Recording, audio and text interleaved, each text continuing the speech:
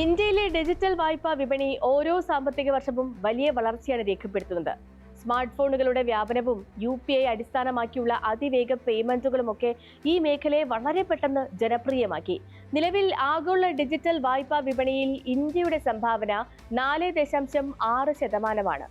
സാമ്പത്തിക വികസനത്തിന്റെ ഈ കണക്കുകൾ ഒരു വശത്ത് നിൽക്കുമ്പോൾ തന്നെ യാതൊരു നിയമപരമായ അംഗീകാരങ്ങളും ഇല്ലാതെ പ്രവർത്തിക്കുന്ന വ്യാജ ലോൺ ആപ്പുകൾ കേരളത്തിലടക്കം വലിയ സാമൂഹിക ദുരന്തങ്ങൾ സൃഷ്ടിക്കുന്നുമുണ്ട്. കോവിഡിനു ശേഷമാണ് ഈ ലോൺ ആപ്പുകൾ സോഷ്യൽ മീഡിയയിൽ കൂടുതലായി പ്രത്യക്ഷപ്പെട്ടു തുടങ്ങിയത്. പരാതികളിൽ പോലീസ് അന്വേഷണം വന്നതോടെ കുറച്ചു കാലത്തേക്ക് ഇതിന്റെ വ്യാപനം കുറഞ്ഞു.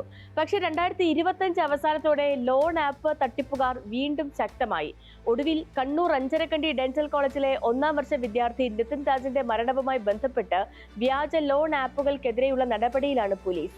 ലോൺ ആപ്പ് ഭീഷണികളെ തുടർന്ന് സംസ്ഥാനത്ത് കഴിഞ്ഞ 3 വർഷത്തിനിടെ 7 പേർ ആത്മഹത്യ ചെയ്തുവെന്ന് സൈബർ പോലീസ് വെളിപ്പെടുത്തുന്നു. ഈ വർഷം 3 ആത്മഹത്യകളും ഉണ്ടായി. സാമ്പത്തിക സാക്ഷരതയുടെ കാര്യത്തിൽ കേരളത്തിലെ യുവാക്കളും വിദ്യാർത്ഥികളും എത്രത്തോളം പിന്നിലാണെന്ന് പല സംഭവങ്ങളും തെളിയിക്കുന്നുണ്ട്. ഈ പശ്ചാത്തലത്തിൽ സ്പോട്ട്ലൈറ്റും അന്വേഷിക്കുന്നു കേരളം ലോൺ ആപ്പിലേക്കുള്ള മരണക്ലിക്കിൽ കുടുങ്ങിയ വഴികളെക്കുറിച്ച്. കേരളം പോലെ ഉയർന്ന ഡിജിറ്റൽ സാക്ഷരതയും സ്മാർട്ട് ഫോൺ സ്വാധീനവുമുള്ള ഒരു സംസ്ഥാനത്ത് ഇത്തരം വ്യാജ ലോൺ ആപ്പുകൾ ഉണ്ടാക്കുന്ന പ്രത്യാഘാതങ്ങൾ വളരെ വലുതാണ്. BDS വിദ്യാർത്ഥിയായ നിതിൻ രാജിന്റെ ആത്മഹത്യയോടെ നമ്മുടെ സംസ്ഥാനത്ത് അനധികൃത ലോൺ ആപ്പുകളുടെ കൊള്ളയും ഭീഷണിയൊക്കെ വീണ്ടും ചർച്ചയ്ക്ക് വഴിയൊരുക്കിയിട്ടുണ്ട്. ഇക്കഴിഞ്ഞ മാർച്ചിലാണ് തിരുവനന്തപുരം ആര്യനാട് സ്വദേശിയായ 21കാരൻ ആനന്ദ് മോർഫി എന്ന ചിത്രങ്ങൾ പുറത്തുവിടുമെന്ന ലോൺ ആപ്പ് ഭീഷണിക്കൊടുവിൽ ആത്മഹത്യ ചെയ്തത്. ജനുവരിയിൽ പാലക്കാട് കൊഴിഞ്ഞാമ്പാറ സ്വദേശിയായ അജീഷ് ഒന്നിലധികം ലോൺ ആപ്പുകളിൽ നിന്നുള്ള ഭീഷണിയെ തുടർന്ന് ആത്മഹത്യ ചെയ്തു.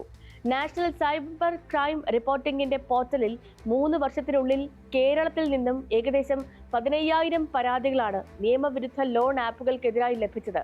എന്നാൽ ഇവരിൽ 284 പേർ മാത്രമാണ് FIR രജിസ്റ്റർ ചെയ്യാനായി മുന്നോട്ട് വന്നതെന്ന് പോലീസ് അറിയിച്ചു.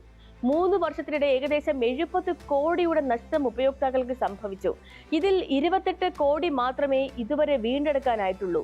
3 വർഷത്തിനിടെ 1836 വ്യാജ ലോൺ ആപ്പുകൾ നിരോധിക്കുകയും 5317 വെബ്സൈറ്റുകൾ നീക്കം ചെയ്യുകയും ചെയ്തു.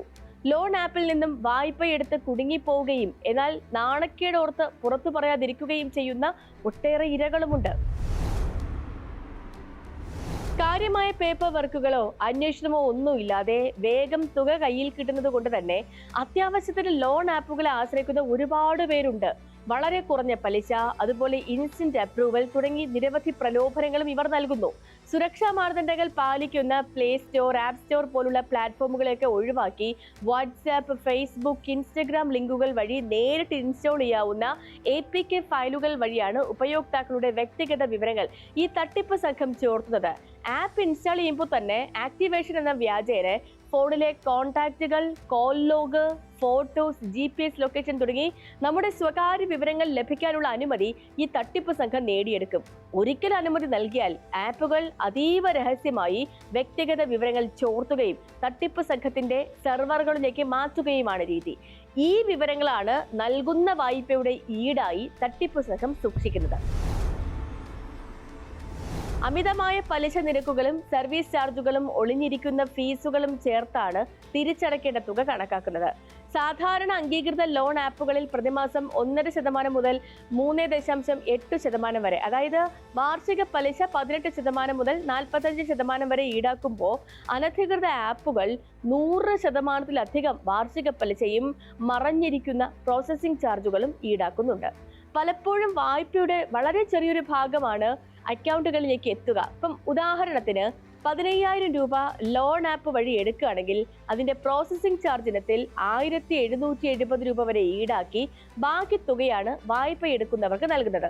3 മാസത്തേക്കാണ് എടുക്കുന്നതെങ്കിൽ 6,065 രൂപ EMI ആയി അടയ്ക്കണം. ഇത്തരത്തിൽ 18,195 രൂപയാണ് അടയ്ക്കേണ്ടി വരിക.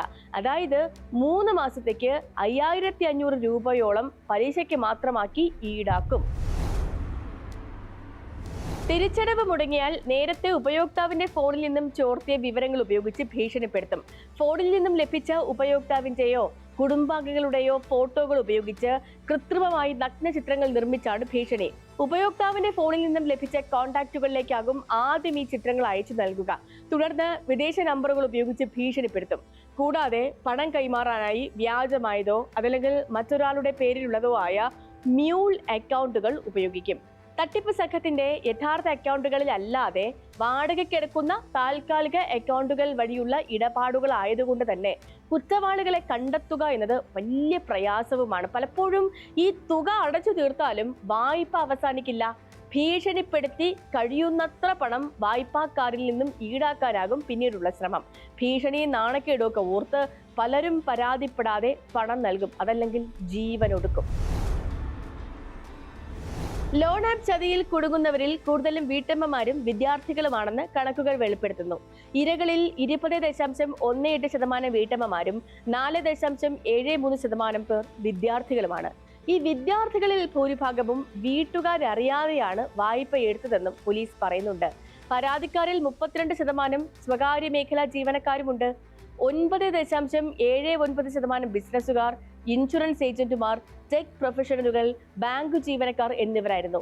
മലപ്പുറം, എറണാകുളം, പാലക്കാട്, ആലപ്പുഴ, കോട്ടയം ജില്ലകളിൽ നിന്നാണ് കൂടുതലായും പരാതികൾ ലഭിച്ചിരുന്നത്. പല കേസുകളിലും കുടുംബാംഗങ്ങളെ വരെ ഭീഷണിപ്പെടുത്തിയ സംഭവങ്ങളും റിപ്പോർട്ട് ചെയ്തിട്ടുണ്ട്. കടം വാങ്ങിയതുകൊണ്ട് ഒരാൾക്കും ഒരാളെയും ഉപദ്രവിക്കാനോ ഭീഷണിപ്പെടുത്തുവാനോ നമ്മുടെ ഈ നാട്ടിൽ നിയമം അനുവദിക്കുന്നില്ല. അംഗീകൃതമായ സംവിധാനങ്ങളെ മാത്രം സാമ്പത്തിക ഇടപാടുകൾക്കായി ആശ്രയിക്കേണ്ടതുണ്ട്. വ്യാജ ലോൺ ആപ്പുകളുടെ കെണിയിൽ നിന്ന് ഉപയോക്താക്കളെ രക്ഷിക്കുന്നതിന് അംഗീകൃത ലോൺ ആപ്പുകളുടെ കേന്ദ്രീകൃത ഡേറ്റാബേസിന് RBI രൂപം നൽകിയിട്ടുണ്ട്. കൃത്യമായ മാർഗനിർദ്ദേശങ്ങളും RBI പുറത്തിറക്കിയിട്ടുണ്ട്. ലോൺ ആപ്പുകാരുടെ വലയിൽ കുടുങ്ങുന്നവർ 1930 അറിയിക്കുകയോ അതല്ലെങ്കിൽ തൊട്ടടുത്തുള്ള പോലീസ് സ്റ്റേഷനിൽ ബന്ധപ്പെടുകയോ ചെയ്യണമെന്ന് അധികൃതർ മുന്നറിയിപ്പ് നൽകുന്നു.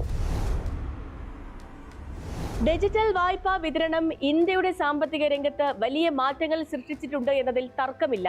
പക്ഷേ ഇത് ഉയർത്തുന്ന സാമൂഹിക സുരക്ഷാ ഭീഷണികളെ ലഘൂകരിച്ച് കാണാനും കഴിയില്ല. ലോൺ ആപ്പിലേക്കുള്ള ഒരു ക്ലിക്കിനപ്പുറം കാത്തിരിക്കുന്നത് വലിയ ചതിക്കുഴികളാണെന്നും തിരിച്ചറിയേണ്ടതുണ്ട്. സാമ്പത്തിക അച്ചടക്കവും കൃത്യമായ ബോധവൽക്കരണവുമാണ് ഈ കെണിയിൽ നിന്നും രക്ഷപ്പെടാനുള്ള മാർഗം. ആവശ്യത്തിന് പണം വേഗം കിട്ടുമെന്ന പരസ്യവാചകങ്ങളിൽ കുടുങ്ങാതെ പൗരന്മാരുടെ ജാഗ്രത കൂടി ഉണ്ടെങ്കിൽ മാത്രമേ സാധാരണക്കാരുടെ ജീവൻ കവരുന്ന ഈ ഡിജിറ്റൽ കൊള്ള അവസാനിപ്പിക്കാൻ കഴിയുകയുള്ളൂ. സ്പോട്ട്ലൈറ്റ് മറ്റൊരു വിഷയമായി നാളെ വീണ്ടും ഇതേ സമയം. നമസ്കാരം.